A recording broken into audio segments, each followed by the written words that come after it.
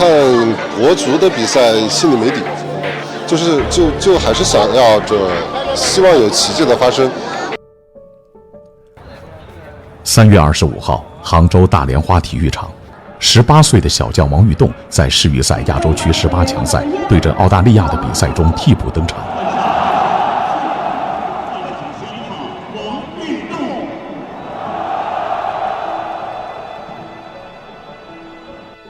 他以18岁4个月的年龄刷新了国足近15年来最年轻登场纪录。据统计，比赛中王玉栋完成3次突破、21次触球、10次传球全部成功，其中包括3次传中和1次关键传球，正是国足急需的新生力量。王玉栋的24分钟国家队首秀没有拯救败局，却撕开了一道裂缝。把一潭死水给激活了，这是真的非常好的事儿。因为如果没有新鲜血液的注入的话，那可能就真的完了。鸵鸟俱乐部的创始人黄君华这一天也来到大莲花现场观赛。作为发现王玉栋的伯乐，他有幸看到了弟子在国足的首秀，也看到了这些年深耕青训的果实。也是一个很偶然的机会，因为通过我们这个业界的人的推荐，然后说有一个非常棒的孩子叫王玉栋，现在呢就是说还处于一个在游离在一家可能要即将解散的俱乐部当中。我就立马看他的训练，看他的学习，然后几次以后，我就跟他的爸爸交流这个事情，希望他能到我们组建的精英队来。就这样的一个场面，让我想起当年他小的时候到我们鸵鸟足球俱乐部来的时候，我就觉得哇，这个孩子非常有灵性，而且呢，我一定要倾我的所能要培养他。所以今天有这样的一个场景，我觉得这就是我 N 年前我的初心得以实现。我叫王玉栋，今年12岁，在学院路小学上6年级，我踢的是中锋的位置。放学后去球场踢球是我最开心的事情。就是小的时候在深圳踢球吧，然后到了5年级之后，基本上就去了上海踢球，然后也没有待多少年，然后后面去了台州，然后慢慢的就来绿城了。这是一个禁区线上的任意球。哎呦，好球啊！又是王玉栋，王玉栋梅开二度，2比3，王玉栋打进了个人本赛季的第8个中超进球。这哪像是一个18岁的年轻人啊！黄君华的初心让王玉栋从台州鸵鸟俱乐部的青训苗圃走到了中超赛场。在浙江队，他迅速崭露头角，足协杯首秀、亚冠破门、中超首球，直至2025赛季迎来全面爆发，在前12轮联赛中攻入8球，与顶级外援并列射手榜榜首。今年俱乐部也给我很多机会吧，然后也一直让我踢首发，也给了我很多比赛的时间，然后我也希望用自己的实力去证明自己吧。就是当时感觉没有那么，就是没想到能那么快就踢上中超嘛，因为小时候的梦想就是可以踢上中超，这国家队先进个球吧。2025年 U20 亚洲杯，王玉栋身披国字号战袍，4场激战中，他场均贡献3次射门、7.5次突破和20次拼抢。他的每一次突破都能给对手的防线制造威胁。虽然中国 U20 国家队没能如愿晋级世青赛，但是这群年轻人在场上表现出来的气质是那么的与众不同。自信、激情、勇敢，这种久违的感觉又刺激到了中国球迷逐渐麻木的神经。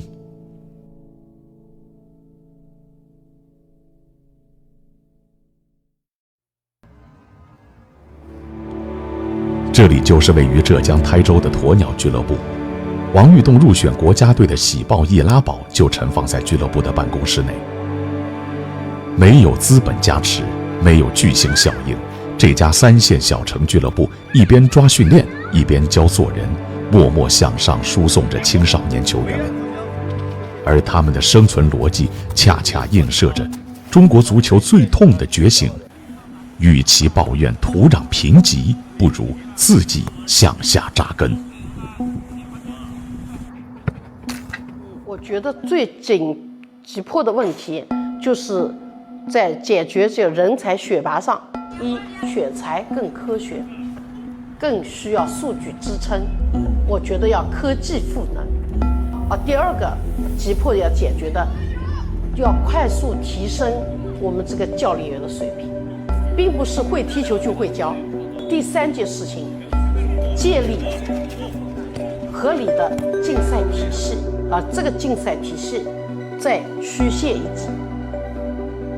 区县一级的竞赛体系把它打扎实了。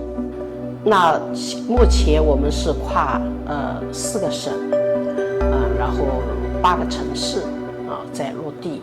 我们有教练员，全职的教练员130多名，然后我们所服务的会员，就每周到我们这边来上课的付费的会员有8000多名。我们这边兴趣班吧，基本上是1周2练，或是周6周日练。但精英队就是王玉栋他们这批队员来了以后，我们每天必须要保证一次2个小时到3个小时的训练。拥有8000名会员的鸵鸟俱乐部给国足输送了一个王玉栋，这并不是一个高产的比例。但是全国有不计其数的像鸵鸟这样的青训机构，如果每家都能培养出一个王玉栋，中国足球的局面又会怎样呢？那我们这么多年踢球有没有受过伤啊？有，受过很多伤啊，肯定啊，这里一疤，这里一块石头，没有一条腿和手是完好无损。对。那受伤的时候有没有想过不踢了呀？没有。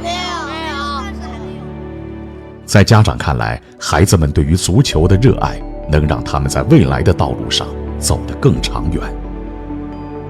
因为现在学业也是蛮重，但是我是觉得这个足球还是不能够放弃，因为怎么说呢？他这个足球不仅锻炼了他的那个身体素质，可以强身健体，而且还锻炼了他坚韧不拔的意志。我认为啊，就是训练和学习，他俩是根本就不是说就是会因为这个足球会影响你学习的。我认为就是只有你踢足球踢得好的孩子，你的效率去学习效率也是很容易提高的。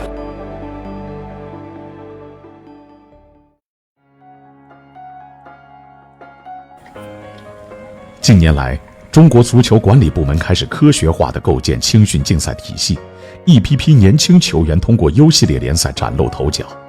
来自上海申花的刘成宇就是其中的一员。2024年2月，刘成宇升入上海申花1线队，11月完成亚冠首秀。在中超赛场，刘成宇连续3场进球。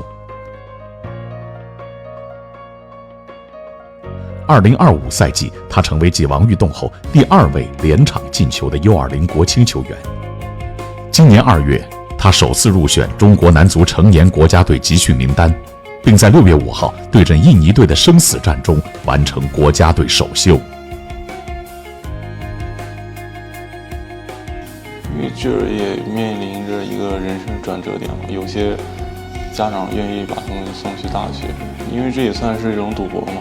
踢球是一个很高风险的运动，但读书来说就更加的稳定嘛。对于他们来说，我觉得还是先让他们喜欢上踢足球吧，因为你不喜欢，你也不会去想这件事，去干这件事。然后我觉得还是要比别人加倍努力，才能走上职业。正如刘成宇所言，足球作为一项高风险运动，确实让许多青少年在踢球与学业之间面临艰难抉择。然而，读书与踢球并不是非此即彼的选择，而是可以相辅相成的。这一点在 U20 球员朱鹏宇身上得到了充分体现。当时其实我也没想过要放弃学习吧，就是因为我觉得学校生活还是很快乐。因为毕竟学习和足球两条路一起走，是能体会到很多乐趣。这位现就读于北京体育大学现役班的大二学生，始终坚持着学习与踢球并重。U20 亚洲杯，朱鹏宇以替补骑兵的角色成为比赛的焦点。小组赛第2轮对阵吉尔吉斯斯坦，朱鹏宇替补登场，不到15分钟，朱鹏宇便完成梅开2度。这种替补级高效的表现，使他成为近10年来首位在 U20 亚洲杯替补登场独中2元的中国球员。首先，足球是全世界第1大运动，然后还有就是我觉得足球很能磨练人吧，就是可以锻炼你的心智，还有一些你的眼界什么的，所以我觉得足球还是一项非常好的运动。它会打磨你，它会锻炼你，就是让你更坚持，然后让你的身体更强壮这些。年轻球员往往缺乏明确的目标意识，而足球作为世界第1运动，不仅是一项竞技运动，更是一种独特的教育方式。通过足球，这些年轻人磨练意志，培养品格，在绿茵场上获得了别样的成长体验。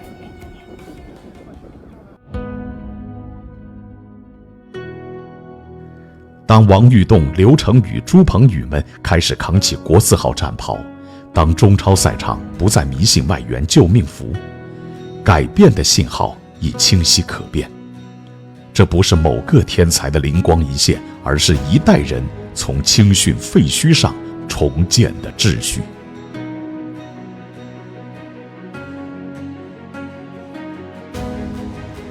种种看似割裂的探索，正在拼出一张变革路线图。2024年中国足协工作报告指出，中国足协以足球重点城市建设为抓手，着力提升青训质量，夯实足球发展基础。